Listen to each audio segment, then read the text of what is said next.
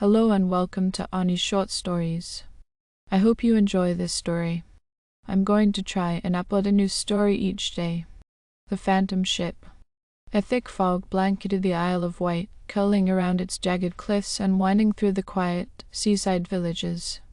Holly Arnold, a young local historian with a penchant for strange tales, was poring over weathered books and faded maps in her small study. Her mind drifted to the legend of the Phantom Ship, a tale she'd heard since childhood but had always dismissed as a local scare story. According to the old lore, a ghostly galleon appeared just off the coast every few decades, vanishing by dawn, and anyone who dared to board it was never seen again. For weeks now, there had been strange occurrences. Unexplained tides brought odd relics to shore, ancient, barnacle-covered coins, broken fragments of porcelain, and ship timbers as old as the island itself. The townspeople whispered about the Phantom Ship, suggesting it was a cursed vessel condemned to roam the waters eternally. Holly was skeptical but fascinated. The idea of a lost ship appearing like clockwork was both thrilling and terrifying. She decided she had to see it for herself. That night she packed a small bag, grabbed her lantern, and walked to the cliffside where the sea met the stars. Holly stood atop the rugged cliffs, waiting. Midnight approached, and the air grew dense with an eerie stillness. Then, as the clock struck 12, the fog thickened, rolling in like smoke from some ancient, unseen fire. Holly squinted through the mist and saw a vast silhouette in the distance, barely discernible against the dark waves. A galleon with tattered sails emerged from the fog, its mast reaching skyward like skeletal fingers. Its once mighty hull was encrusted with salt and seaweed, barnacles clinging to every inch. Lanterns swung from its deck, casting a dim, flickering glow. Holly's breath caught. The Phantom Ship was real. Compelled by a mixture of fear and excitement, she scrambled down the cliffside toward the shore. Waves lapped hungrily at her boots as she waded to the edge of the ghostly ship's gangplank. It hung low, just above the water, as if inviting her aboard. Just a quick look, Holly whispered to herself, though her heartbeat thundered with warning. I have to see it. The air around her grew colder as she stepped onto the gangplank. She hesitated, glancing back at the shore. Then, steeling herself, she crossed onto the ship's deck. The deck was eerily quiet, covered in a fine layer of frost. The ship's wood creaked underfoot, and the smell of brine and decay filled her lungs. Holly raised her lantern, casting a pale light around her. Everything was frozen, and time ropes were left half-tied, as if the crew had simply vanished mid-action, and overturned barrels lay scattered about. She moved slowly, passing the mast and a collection of rusty cannons. A faint whisper floated through the still air, a distant echo carried by the wind. Holly froze, listening. "Who's there?" she called. The only reply was the low groan of the ship and the soft lapping of waves against its hull. She pressed on, reaching the ship's cabin. Pushing the door open, Holly stepped inside, and the smell of mold and rot grew stronger. The cabin was a small, dimly lit room lined with shelves containing tattered books and maps. A table at its center held a quill, inkpot, and an open logbook, its pages filled with faded ink. Curiosity overcame fear as Holly leaned closer to the logbook, skimming the cramped handwriting. The entries were dated in the 1600s and described a crew slowly descending into madness. They spoke of a curse brought upon them by a strange, shimmering relic they'd stolen from a nameless island, a silver locket inlaid with the symbol of an eye.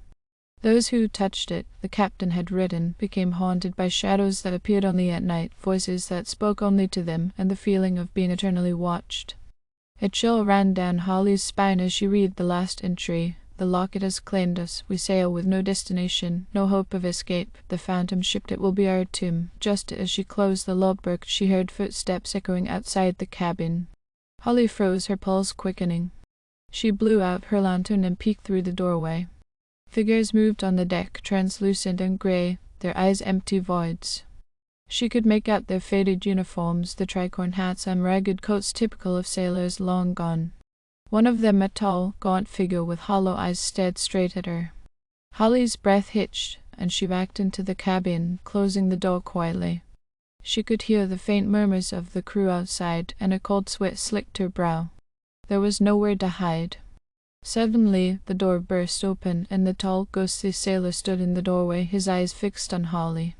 His lips moved, whispering words she couldn't understand. Shadows coiled around him, like smoke rising from an invisible flame. Holly stumbled backward, her heart pounding. The sailor took a step forward, and then another, his skeletal hand reaching for her. She turned and ran out of the cabin, stumbling across the deck toward the gangplank. But as she neared the edge, the ship's form began to shift, melting into the fog.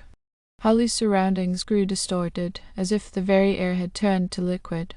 The fog thickened, swallowing the shore, the cliffs, everything except the ship and its restless crew. Panic set in. She sprinted for the gangplank, but when she looked down, the water was gone. Beneath her, there was only a vast expanse of stars and swirling mist stretching endlessly below. The ship had lifted from the sea, adrift in some spectral limbo between worlds. She turned to find herself surrounded by the entire ghostly crew, their faces twisted in sorrow and rage. They advanced on her, their hands reaching, their hollow eyes fixed. One of them, a woman with a decayed wedding dress and a veil trailing like a shadow, stepped forward. In a voice as soft as the tide, she whispered, "You took what is ours." Holly shook her head, stumbling backward. I swear, I haven't taken anything." "Oh." The woman's hollow eyes stared through her, and the rest of the crew closed in, surrounding Holly in a circle of cold, grey figures. She could feel their icy touch, pulling her into the shadows, and as she struggled, her strength ebbed away. Back on the Isle of Wight, dawn broke, casting golden light over the cliffs and the quiet sea. The fog had vanished, leaving the beach bare and silent. Holly Arnold was nowhere to be found. Days passed, and the townspeople speculated. Some thought she had simply left the island, others whispered of the phantom ship. They said that the galleon had returned, claiming yet another soul. Months later, a fisherman found an odd relic washed ashore. It was a silver locket inlaid with the symbol of an eye. Curiosity got the best of him, and he opened it, revealing a small, faded photograph of a woman who looked hauntingly like Holly Arnold. And when the fog rolled in again one moonless night, the villagers swore they saw her, a lone figure, standing on the deck of the ghostly ship, her eyes as hollow as those who had come before her, condemned to sail the seas for eternity.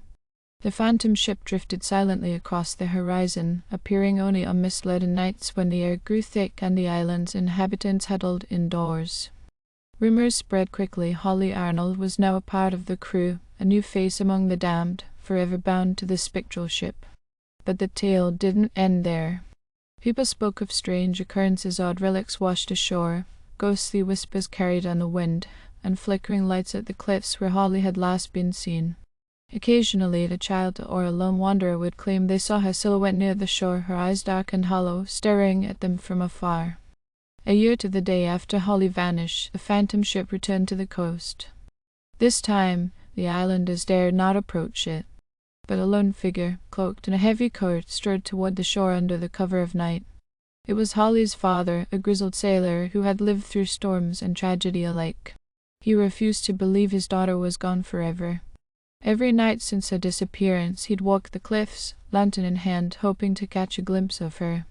As he stood on the shore that night, the ghostly ship emerged from the fog once again, the sound of creaking wood echoing in the stillness. The gangplank extended, as if waiting for him, as if the ship itself anticipated his arrival. Clenching his fists, he took a deep breath and stepped aboard, prepared to find Holly and bring her backward to share her fate. The deck was silent and empty, bathed in the eerie glow of lanterns that seemed to burn without flame. He called out, his voice strong yet trembling, "Holly, are you here?" For a moment, there was no response, only the gentle groan of the ship as it rocked on invisible waves. But then, from the shadows, a faint figure emerged. It was Holly. She wore a torn dress that fluttered in an unseen wind, her hair tangled and her face pale as the mist. Her eyes were the same hollow, dark voids as the rest of the crew, but they flickered briefly with recognition. "My father," she murmured. He stepped forward, arms outstretched. "Holly, my girl, come home with me." She shook her head slowly. "I can't leave. I belong to the ship now." Just as they do, the crew materialized around her one by one, phantom sailors with empty eyes. Holly reached out her hand, her fingers icy cold against his warm skin. Father, you have to go this place. It's not for the living," but he refused to let go. "I've lost too much to let you go. Holly, if you stay, then I stay." Holly's eyes glistened with a flicker of warmth. "Ah, then?" Her hand slipped from his, and she took a step back, melting into the crew who began to close in around him. His vision blurred, the edges of the world bending and twisting as the fog enveloped him. Suddenly he felt hands tugging him backward, voices calling his name. He turned, disoriented, only to find himself lying on the shore, drenched in seawater. Villagers surrounded him, pulling him away from the waves. The ship was gone, vanishing into the mist once more. As dawn broke, Holly's father gazed out at the open sea, knowing that he had nearly crossed a threshold from which he could never return. And yet he had held her hand once more, if only for a fleeting moment. The islanders tried to comfort him, but he only nodded silently, his eyes fixed on the horizon. In the years that followed, he returned to the cliffs every night, hoping to see the phantom ship once more, hoping that one day Holly would be released from her ghostly chains. But the ship remained elusive, appearing only to claim those it had marked. And on foggy nights, when the moon hid behind clouds and the sea whispered secrets only the dead could understand, the villagers still whispered about Holly Arnold and her father, now both bound to the coast.